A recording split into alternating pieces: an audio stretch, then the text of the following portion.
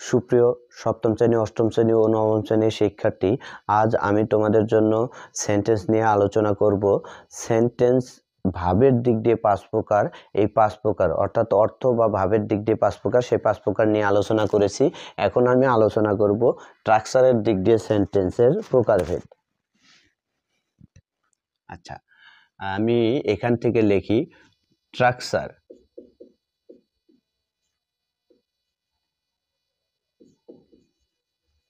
Structure বা গঠন,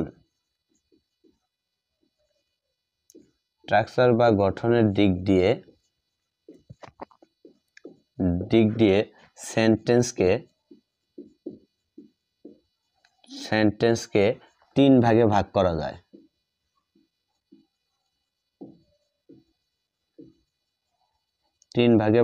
করা যায়। অর্থাৎ স্ট্রাকচার বা গঠনের দিক দিয়ে সেন্টেন্স 3 প্রকার। আমরা 3 প্রকার কি কি লিখব? প্রথমে সিম্পল সেন্টেন্স।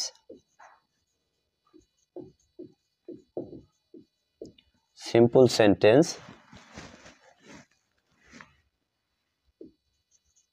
সেন্টেন্স। 2 নাম্বার হচ্ছে কমপ্লেক্স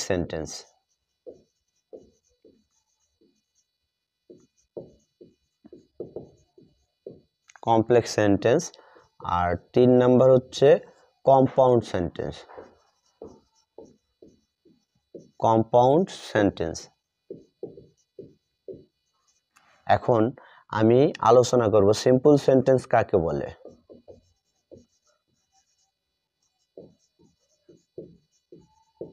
সিম্পল সেন্টেন্স যে সেন্টেন্সে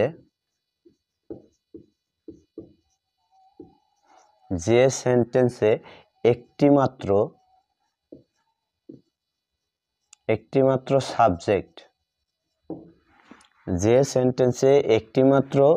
সাবজেক্ট এবং একটি মাত্র ফিনিট ভার্ব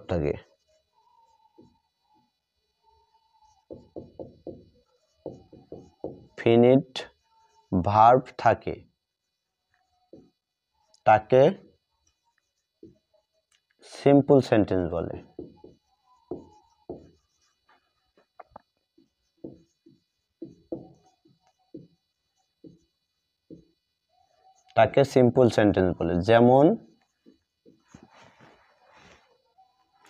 যেমন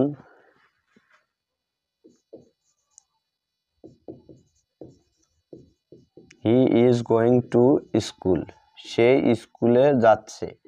এইখানে একটিমাত্র সাবজেক্ট এবং একটিমাত্র ফিনিট ভার্ব আছে, যার কারণে এটা সিম্পল সেন্টেন্স। এবার 2 নম্বরে কমপ্লেক্স সেন্টেন্স।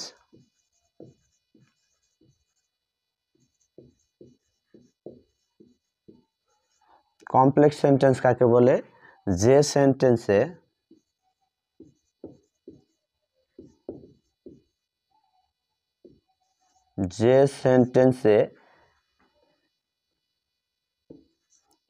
একটি প্রিন্সিপাল ক্লজ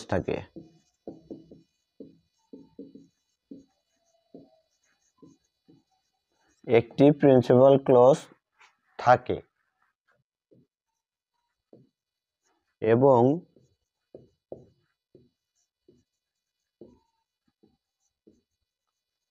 এক বা একাধিক সাবঅর্ডিনেট ক্লজ থাকে।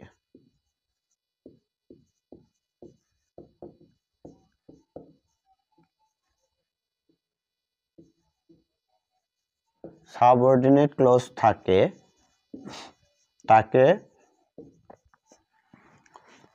কমপ্লেক্স সেন্টেন্স বলে।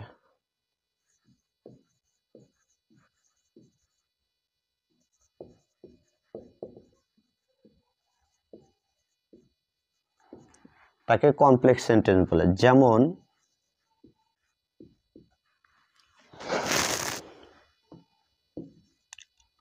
I saw that he was catching fish. I saw that he was catching fish. এইখানে I saw আমি দেখলাম, he was catching fish এখানে একটা মাত্র প্রিন্সিপাল ক্লজ, আর হি ওয়াজ ক্যাচিং ফিশ, সে মাছ ধরছে।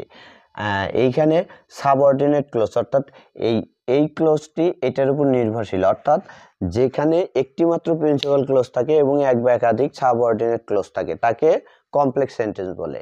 এবার 3 নম্বরে আছে, আমি একটু উপরেরটা মুছি তাহলে ভালো দেখা যাবে। 3 নাম্বার আছে কম্পাউন্ড সেন্টেন্স।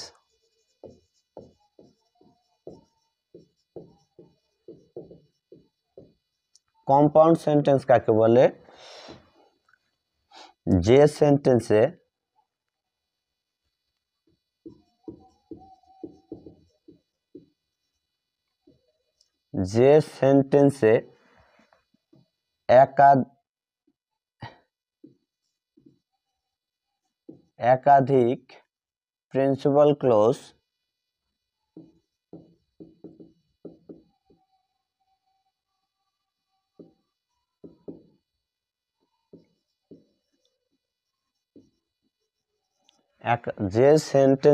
একাধিক প্রিন্সিপাল ক্লজ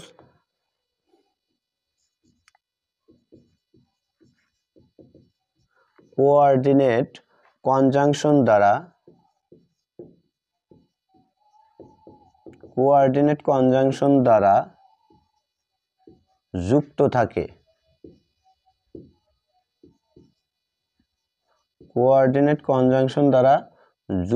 থাকে, তাকে কম্পাউন্ড সেন্টেন্স বলে।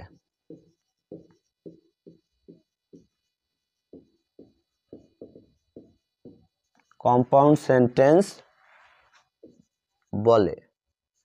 আচ্ছা, যেমন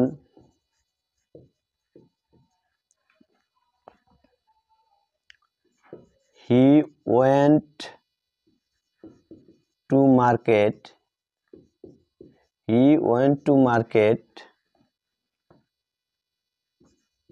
and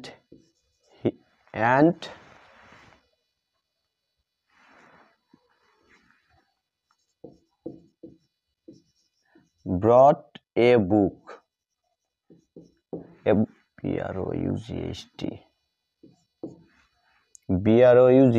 brought। হ্যাঁ, দেখো বাইয়ের পাস্ট ফর্ম হতেছে bought, he went to market, say went to market, সে বাজারে গেল, and brought a book, এবং একটি বই কিনলো। বিশেষ একটা কথা তোমরা সবাই মনে রাখবে, যেটা নোটটা মনে রাখবে, কম্পাউন্ড সেন্টেন্সে সাবজেক্ট যদি একই হয় এবং and দ্বারা যদি যুক্ত থাকে, কম্পাউন্ড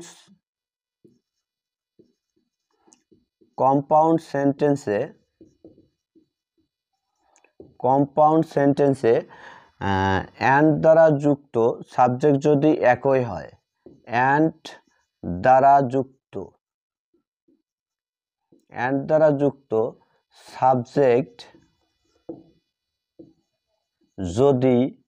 সাবজেক্ট যদি একই হয়, একই মানে একই, এখানেও হি, যে সাবজেক্ট যদি একই হয়, and এর পরে পুনরায় সাবজেক্ট বসে না, and এর পরে সাবজেক্ট বসে না, এই নোটটা তোমরা মনে রাখবে। অর্থাৎ কম্পাউন্ড সেন্টেন্সে and দ্বারা যুক্ত সাবজেক্ট যদি একই হয়, and এর পরে সাবজেক্ট বসে না। এবার আমরা একটু লিখব কম্পাউন্ড সেন্টেন্স আবার 3 রকম। কম্পাউন্ড সেন্টেন্সটা 3 রকম। কি রকম আমরা একটু খেয়াল করি। প্রথমে আছে double sentence. Number 1, double sentence.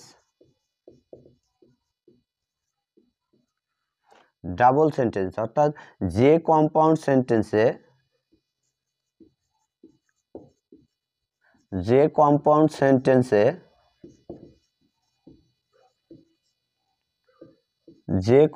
সেন্টেন্সে দুটি প্রিন্সিপাল ক্লজ থাকে, দুইটি প্রিন্সিপাল ক্লজ থাকে তাকে ডাবল সেন্টেন্স বলে। তাকে double sentence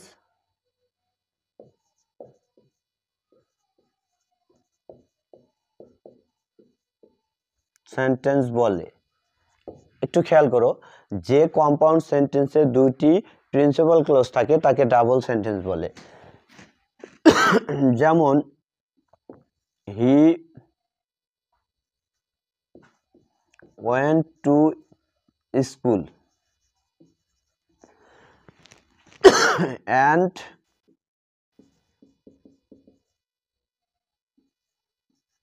attended the class.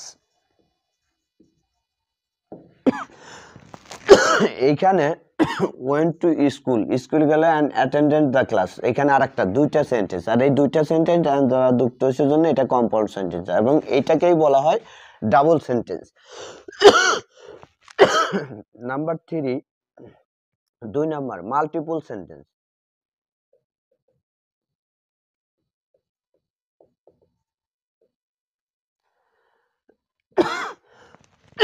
আচ্ছা, এবার আমরা যাব মাল্টিপল সেন্টেন্স। মাল্টিপল সেন্টেন্স কিরকম?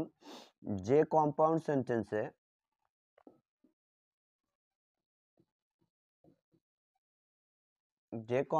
সেন্টেন্সে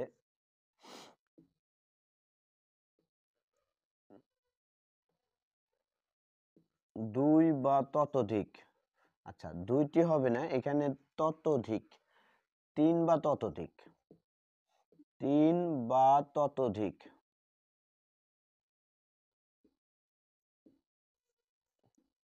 ততোধিক প্রিন্সিপাল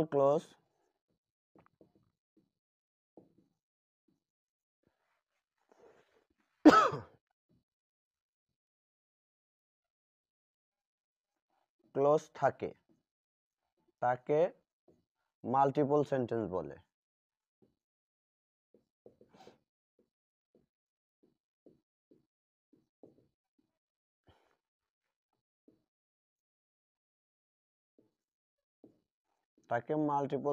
বলে। যেমন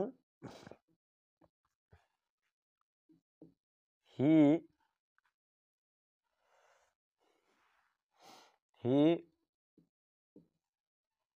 went to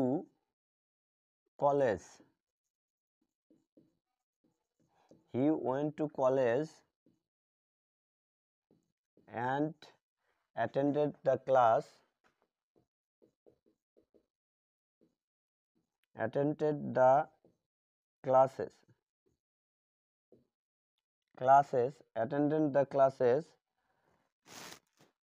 and worked in the library.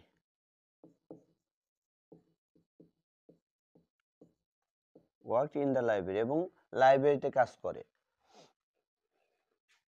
আচ্ছা, এখন এইখানে প্রথম and এর পরে আমি প্রথম সেন্টেন্স went to college, এই কলেজের পর আমরা and ব্যবহার করব না, এখানে কমা ব্যবহার করব, তাহলে এটা মাল্টিপল সেন্টেন্স হবে, অর্থাৎ বহুমুখী sentence. He went to college, attended the class and worked in the library, এবং লাইব্রেরিতে কাজ করে। এইখানে এটা গেল মাল্টিপল সেন্টেন্স। আরেকটা আছে কম্পাউন্ড সেন্টেন্স, আরেকটা আছে, সেটা হচ্ছে কন্ট্রাক্টেড সেন্টেন্স।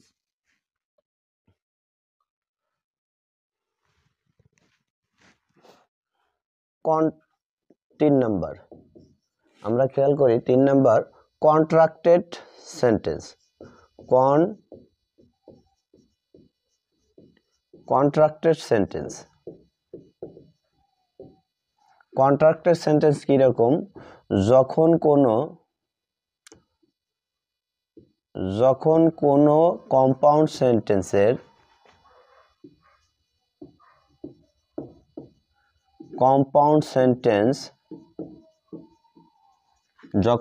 কম্পাউন্ড সেন্টেন্সের একই ওয়ার্ডের পুনরাবৃত্তি এড়ানোর জন্য একই ওয়ার্ডের ওয়ার্ড বা শব্দের পুনরাবৃত্তি এড়ানোর জন্য পুনরাবৃত্তি এড়ানোর জন্য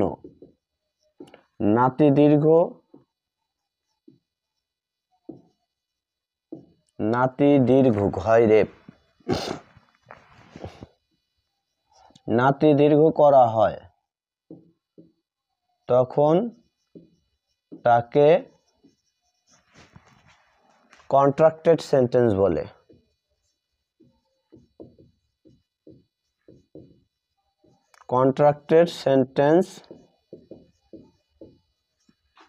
বলে।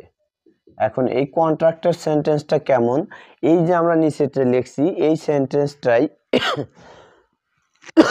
সেন্টেন্সটাই আমরা কোনো জায়গায় থামবো না, অর্থাৎ ফুল স্টপ। আরো বেশি সেন্টেন্স যখন যুক্ত হবে তখন সেটার পুনরাবৃত্তি থামানোর জন্য আমরা একটু শব্দের যে এই আছে সেটা নাতিদীর্ঘকে থেমিয়ে দিব।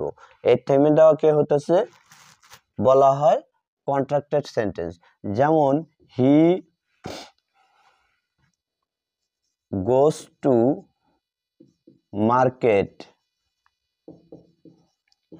to market, comma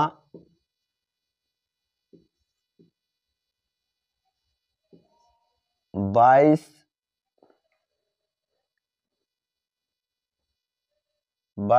a book,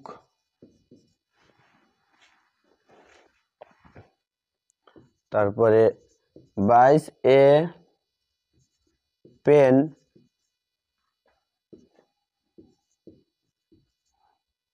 buys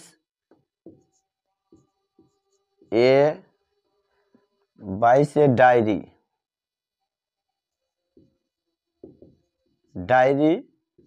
and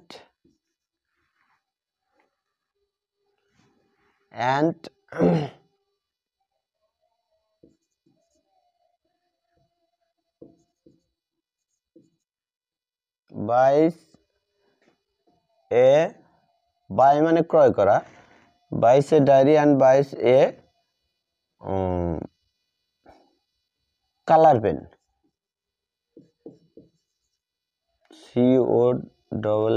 colour pen অর্থাৎ রঙিন কলম। এখন এইখানে যে কথাগুলো আমরা বললাম গোস টু মার্কেট, এই যে বাইস আছে এই বাইসটা এই বাইগুলো যে পুনরাবৃত্তি ঘটছে এই পুনরাবৃত্তিটা আমরা ঠেকায় দিব এক জায়গায়, ঠেকায় দিয়ে আমরা এগুলো মুছে দিব, অর্থাৎ ওই একটাই থাকবে, এখানে আমাদের শুধু কমা হবে, কমা দিয়ে অ্যান্ড দ্বারা শেষ করতে হবে। A book, a pen, a diary and a colour pen ETC. আমরা এইভাবে কন্ট্রাক্টেড সেন্টেন্সটা শেষ করি। ধন্যবাদ সকলকে।